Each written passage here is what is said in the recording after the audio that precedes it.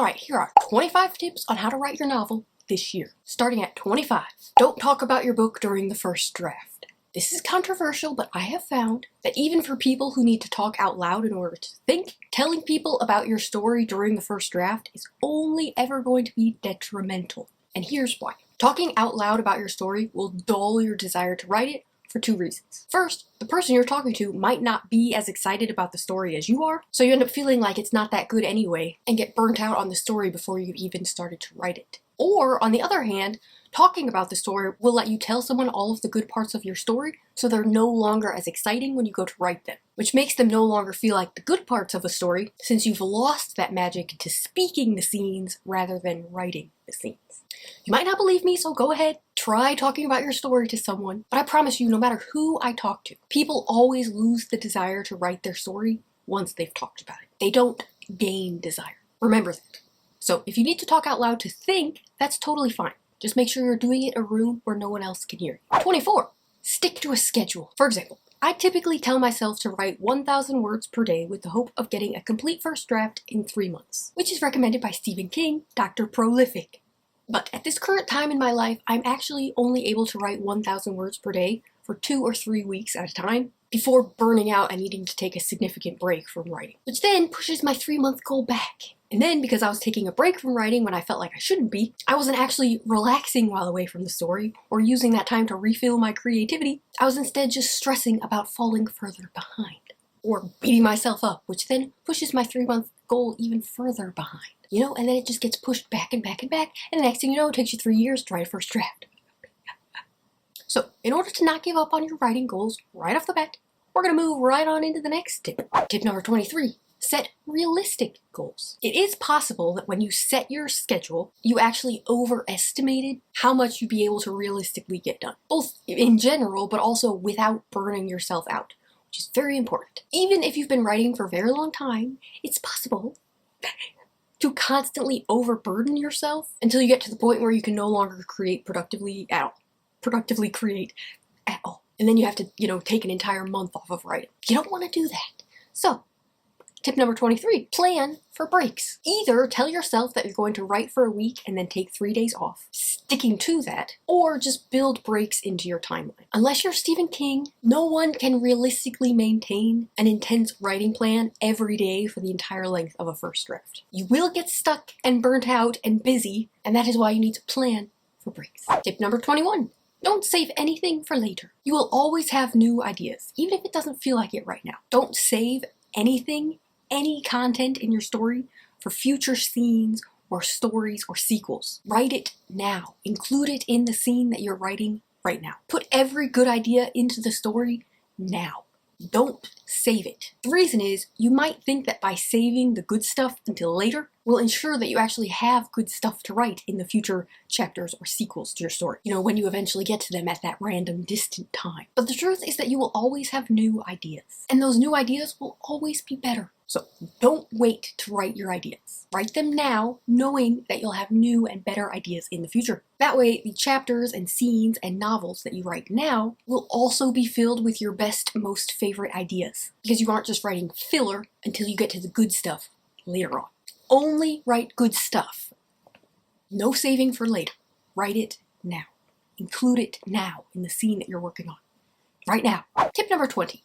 Don't write connective tissue in your first draft. This means all the little bits of story that connect scenes together or move characters from one place to another. I would recommend skipping all of that in the first draft for 2 reasons. First, it's easy to bloat the story and drag the pacing down into something glacial when you get lost inside connective tissue rather than just skipping to the next relevant scene. And second, writing a first draft is already you against time. The longer it takes you to write it, the more likely you are to give up before you finish. Any little bit that you can cut out now is helpful so that you don't get slowed down. Save connective tissue for the second draft.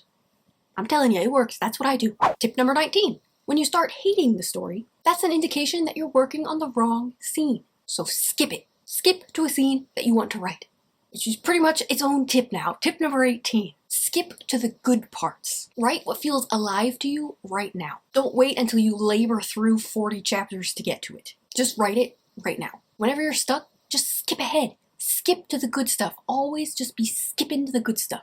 skip over everything that gets you stuck. Just skip it, I promise. Tip number 17, write out of order. There is absolutely no reason to write a story in order. There's just not. Skip around. Find the scenes that feel alive to you, that you pictured being in this story, that have excited you since the beginning, and write those scenes first. Write them all first. Realistically, the order of scenes that you write in the first draft should always be written in decreasing order of excitement. Decreasing excitement order. Just start out with the scenes that you are most excited to write and write them. Then, once you've written those, figure out what other scenes in the story you're also very excited to write, and then write those. You're writing the scenes based on decreasing excitement. So you should always be writing the scene that you're most excited about right now. That way you always have the maximum level of excitement for the scene that you're currently working on. You're not saving those scenes for the future as some kind of reward for writing less interesting scenes. Don't do that. That will only get you stuck. Plus, the scenes that you force yourself to write first will never feel loved or alive to you at all. Plus, when you finally get to the original scenes that you were excited about, you'll be so burnt out on the story that you won't be excited to write them anymore. So just don't do that. Don't save exciting scenes for later. Write them now. Whatever you're excited to write it now. Just do it. Tip number 16. Inspiration grows the more you write, not the more you wait to write.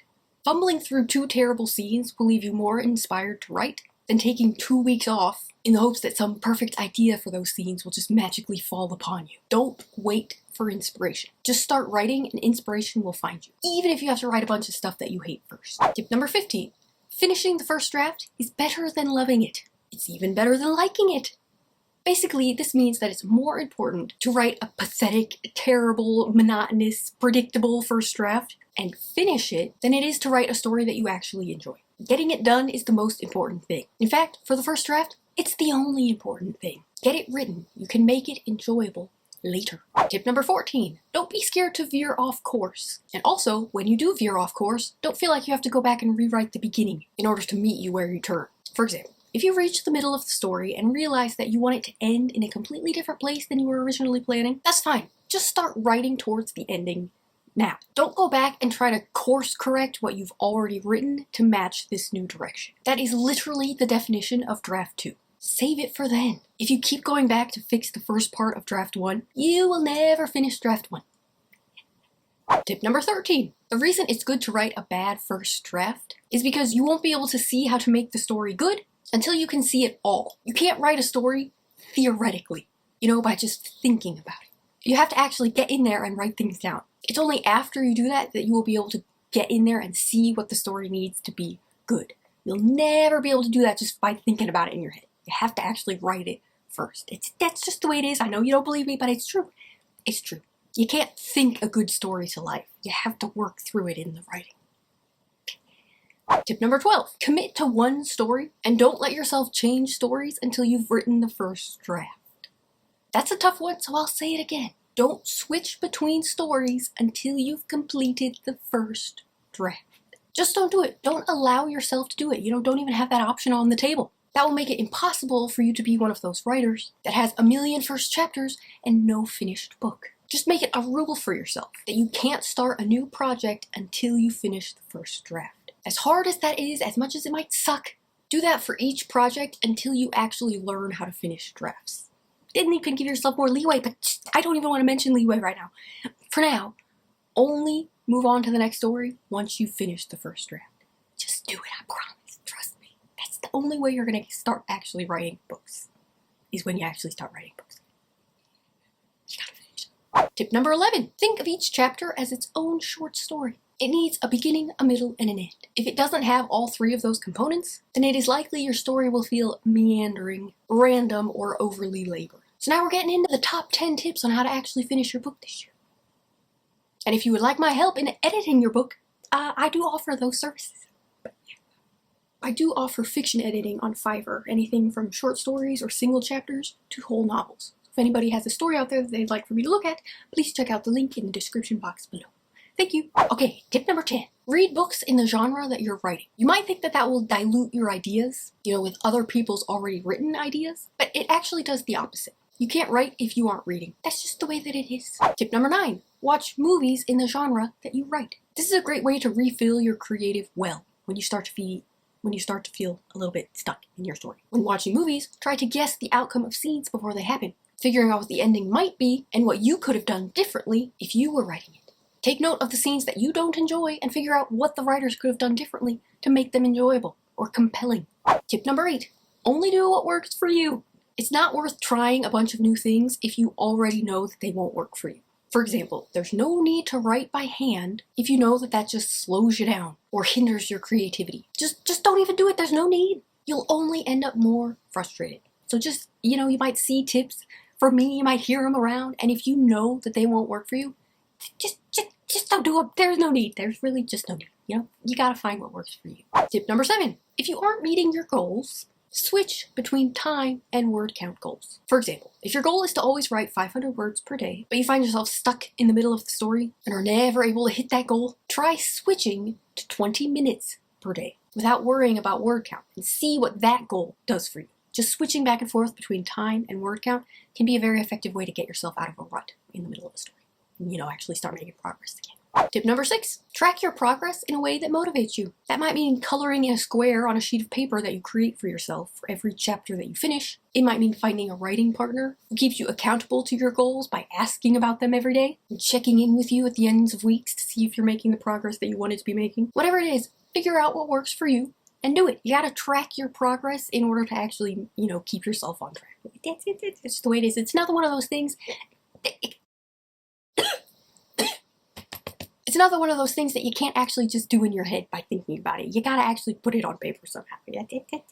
Tip number 5, remember that one day off of writing can quickly turn into 1 week, 1 month, or longer if you don't set a concrete day to get back to writing. The longer you're away from your story, the harder it will be to get back into it, even with planned breaks. So you can never let your breaks just meander aimlessly on their own. You have to set a limit to the break, relish in your days off, and then get back to writing no matter how you're feeling, or else, you're just going to be on break for the next 6 months. Tip number 4, try outlining a few scenes as you go.